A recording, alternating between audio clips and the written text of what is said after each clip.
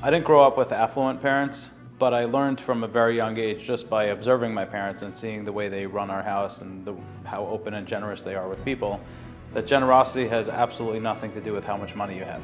You have billionaires who are cheap, and you have people who have no money who are extremely generous.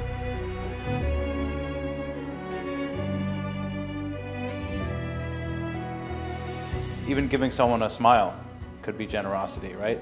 So it's the way you treat people. If you treat people nicely, you can be very generous.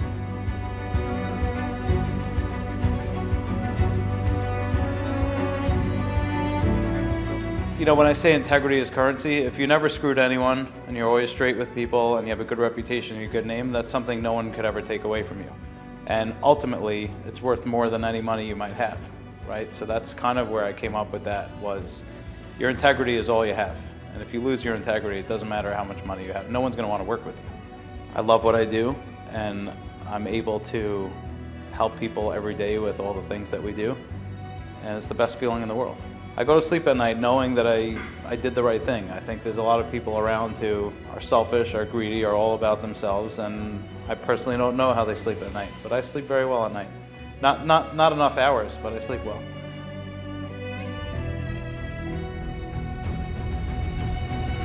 I would never attach myself to something I don't believe in, and I would never ask you to support something I don't support, and I would never ask you to participate in something that I'm not participating in. So I think when you kind of take that approach, it's not like business first. When people hear passion, and when they see passion, and when they feel like you're onto something that they're missing out on, they want to be part of it. So when you're passionate about the things you do, or the work you do, or the projects you're working on, I think it's very hard for people to ignore it. So even if they're busy, or even if they don't have the time, or even if they're, have enough things that they're already involved in, there's something that they're feeling that I don't know, I don't know if I could pass this up. Maybe like 10 years ago, the first official delegation of Knesset members was being brought from Israel to Auschwitz, and each member of Knesset who attended came with two survivors of Auschwitz currently living in Israel. Before flying back to Israel, we made a big dinner in Krakow with the Krakow Symphony Orchestra and all the survivors and all the members of the Knesset and all these VIPs. And at the time, I was looking for someone to perform at the dinner.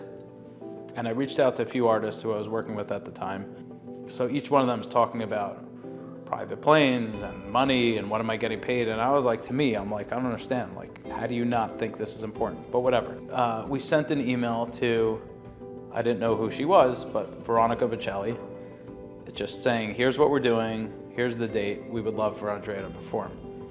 And I'm just waiting for, like, if the numbers I got and the conversations we're having with other artists, this is gonna be way worse, but let's just roll the dice. He's in Europe, maybe it's closer, maybe we'll get lucky. She writes back like immediately, within 2 minutes, it would be our honor. Thank you so much for thinking of us. You just got to get us there. No money. So we became friends on day one, and we've stayed in touch since then. I don't think a week goes by since then that we don't speak. I was in Elton's house. He asked David to bring out the laptop, and he starts playing like a song. There were two songs, one with Britney Spears and one with Charlie Puth, and he starts playing them. And I'm listening to them. It was before they came out. And he's telling me about the lockdown series and what this is gonna be. Okay, cool. And in the middle of the second song, I go, this is stupid. And he looks at me like, what's stupid? I said, I'm in Elton John's house. Like, if you wanna play me music, let's go to the piano, and I wanna hear it live. Like, this is great, but. And he says to me, I don't have a piano in my house. I said, come on, what does that mean? And he said, my boys know, he has two sons. He said, my boys know Daddy plays piano when he goes to work. If I had a piano at home, I wouldn't be a dad. When I'm home, I gotta be present, I gotta be with my kids. He said, are you home for dinner with your kids? I said, well, I travel a lot, but whenever I can, I obviously try to be home with my kids. He said, over dinner, do you ever use your phone, or are you present with your kids? I said, I'll admit I'm on my phone a bit too much. He said, you shouldn't, you gotta be present with your kids. Anyway, the next time I saw him, he says, how you doing with your phone at dinner? I said, listen, I listened to you, and I no longer have dinner with my kids.